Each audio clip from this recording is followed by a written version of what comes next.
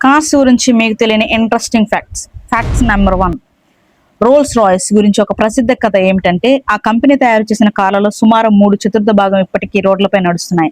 Luxury మార్కెట్లో విజయం సాధించడానికి ముఖ్యమైన విషయం ఏమిటంటే, కస్టమర్లు తాము కొనుగోలు చేసిన వస్తువుల గురించి తమ స్నేహితులు, కుటుంబ సభ్యులు, వ్యాపార భాగస్వాములు చెప్పడానికి మంచి కథలు ఉండాలని కోరుకుంటారని టార్సెన్ ముల్లర్ వివరిస్తారు. చరిత్రలో నిండిన బ్రాండ్ అయిన రోల్స్ రాయ్స్ ఇది పెద్ద సమస్య కాదు. వారి కథల్లో ఒకటి ఇది. వారి కార్లలో చాలా ఇప్పటికీ రోడ్లపైనే ఉన్నాయి. ఇది ఒక తెలివైన పెట్టుబడి అని ఆయన అంటారు. ఇక ఎంసీ లేరెన్ అనే విజయవంతమైన బ్రిటిష్ స్పోర్ట్స్ కార్ల తయారీ సంస్థ తన ఫార్ములా 1 రేసింగ్ వారసత్వాన్ని ఆధారంగా తీసుకుంటుంది. అలాగే టెస్లా తయారు చేసిన టెస్లా మోడల్ ఎస్ అనే కారు సిలికాన్ వ్యాలీలో ఒక టెక్ బిలియనియర్ ప్రారంభించిన స్టార్టప్ నుండి వచ్చిన ఆధునిక కారు అనే ప్రత్యేకతతో ప్రసిద్ధి చెందింది. Fact number 2. రోల్స్ రాయ్స్ 2020లో తన కొత్త రోల్స్ రాయ్స్ గోస్ట్ మోడల్ ను విడుదల చేసింది. ఇది గతంలో వచ్చిన ఏ రోల్స్ రాయ్స్ కార్ కంటే కూడా భిన్నంగా కనిపిస్తుంది. గోస్ట్ అనేది ఈ అల్ట్రా లగ్జరీ కంపెనీకి చెందిన కొంచెం చిన్నది మరియు కొద్దిగా తక్కువ ధరలో ఉండే సెడాన్. కొత్త వెర్షన్ మాత్రం పాత మోడల్ తో పోలిస్తే చాలా సింపుల్ మరియు అండర్స్టాండ్ గా ఉంటుంది. ఈ కొత్త గోస్ట్ ను డిజైన్ చేసిన ఇంజనీర్లు మరియు డిజైనర్లు కారులో కూర్చున్న వారికి ప్రశాంతమైన నిశ్శబ్దమైన అనుభవం ఇవ్వాలని భావించారు. కానీ వారు తొలుత కారును చాలా ఎక్కువగా నిశ్శబ్దంగా తయారు చేసినట్టు గ్రహించారు. అంతటి నిశ్శబ్దం ఉండటంతో కారు కదులుతున్న శబ్దం లేకుండా వల్ల ప్రయాణికులు కొంచెం విచిత్రంగా అనిపించింది. ఇంజనీర్లు ఈ కారులో సుమారు 220 పౌండ్ల శబ్దాన్ని అడ్డుకునే పదార్థాలను ఉపయోగించారు. ఇవి విండో గ్లాస్ లోపల, టైర్లలో కూడా ఉన్నాయి. అంతేకాకుండా వైపర్లు, ఎయిర్ వెంట్స్ వంటి చిన్న చిన్న భాగాల నుండి వచ్చే సూక్ష్మ శబ్దాలను కూడా తొలగించడానికి ప్రయత్నించారు. దీని ఫలితంగా కారులో సహజంగా లేని అసాధారణమైన పూర్తిగా నిశ్శబ్ద వాతావరణం ఏర్పడింది. దీనివల్ల ఇతర చిన్న శబ్దాలు, ఉదాహరణకు పక్కవారి ఊపిరి లేదా లెదర్ సీట్లపై దుస్తులు రుద్దుకోవడం మరింత స్పష్టంగా వినిపించాయి. అందుకే పూర్తిగా నిశ్శబ్దం కాకుండా ఒక సాఫ్ట్ బ్యాక్గ్రౌండ్ శబ్దం అవసరమని భావించారు. దీంతో అకౌస్టిక్ ఇంజనీర్లు కారులోని వివిధ శబ్దాలను హార్మనైజ్ చేసి ఒక మృదువైన నిరంతర శబ్దంగా మార్చారు. ఉదాహరణకు సీట్ ఫ్రేమ్ సహజంగా కార్ బాడీతో కలిసి స్పందించాయి, కాబట్టి ఆ శబ్దాన్ని పూర్తిగా తొలగించకుండా తగ్గించడానికి డాంపర్లు వేశారు. అలాగే ట్రంక్ లో ఒక వెంట్ పెట్టి అక్కడ ఏర్పడే లోతైన శబ్దాలను కొంత బయటకు వెళ్లేలా చేసి పూర్తిగా తొలగించకుండా సమతుల్యం చేశారు. Fact number 3. TRW ఆటోమోటివ్ ఒకప్పుడు నిజమైన కార్ సైజులో ఉండే అక్రిలిక్ పారదర్శక కార్ను మోడల్స్ డ్రైవ్ చేస్తూ ప్రదర్శించింది. దీని ద్వారా సెమీ ఆటోమేటెడ్ డ్రైవింగ్ మరియు డ్రైవర్లు, ప్రయాణికుల భద్రత కోసం రూపొందిస్తున్న కొత్త టెక్నాలజీలను చూపించింది. ఈ అక్రిలిక్ కార్లో కంపెనీ వివిధ రకాల ఎయిర్ బ్యాగులు మరియు యాక్టివ్ సేఫ్టీ సిస్టమ్లు ప్రదర్శించింది. అలాగే కార్ చుట్టూ 360 డిగ్రీల నుంచి సమాచారం సేకరించే సెన్సర్లు కూడా ఇందులో స్పష్టంగా చూపించబడ్డాయి.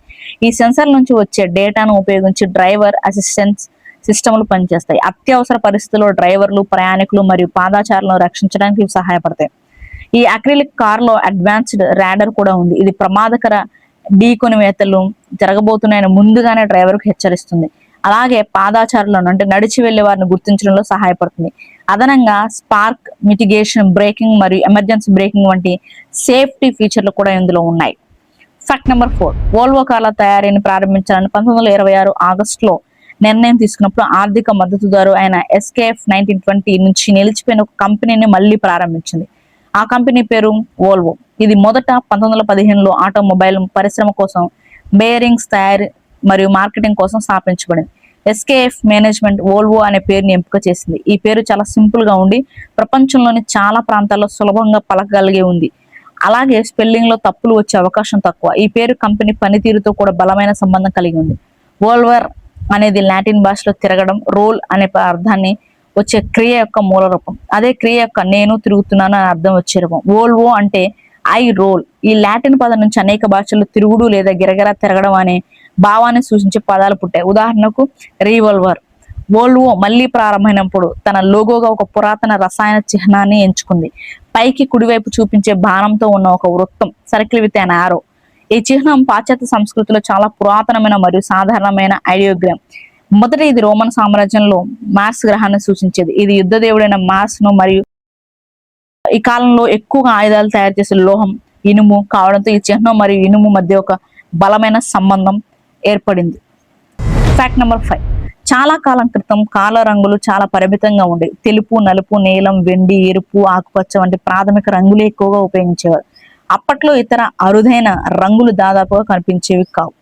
ఉదాహరణకు ఊదా పర్పుల్ రంగులో కారు ఉందని చెబితేనే ఆశ్చర్యంగా చూసే పరిస్థితి ఉండేది. కానీ ఇప్పుడు పరిస్థితి మారిపోయింది. ఎంసీ లేరన్ వంటి కంపెనీల కార్లు పర్పుల్ రంగులో కూడా కనిపిస్తున్నాయి.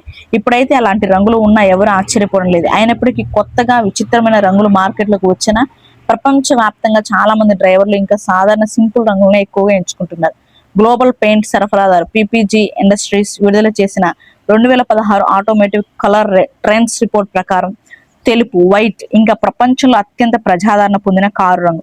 సుమారు 38% మంది డ్రైవర్లు ఈ రంగుని ఇష్టపడుతున్నారు. తర్వాత స్థానంలో బ్లాక్ 16% గా, వెండి అంటే సిల్వర్ 12% గా, గ్రే కలర్ 10% గా, నార్మల్ కలర్స్ వచ్చేసి గోల్డ్, బేన్, yellow, orange, brown 8%, red colour 8%, blue 7%, green 1%. ఇది చూస్తే కొత్త రంగులు వచ్చిన ప్రజలు ఇంకా క్లాసిక్ మరియు సేఫ్ రంగులకు ఎక్కువ ప్రాధాన్యత ఇస్తున్నారని అర్థమవుతుంది.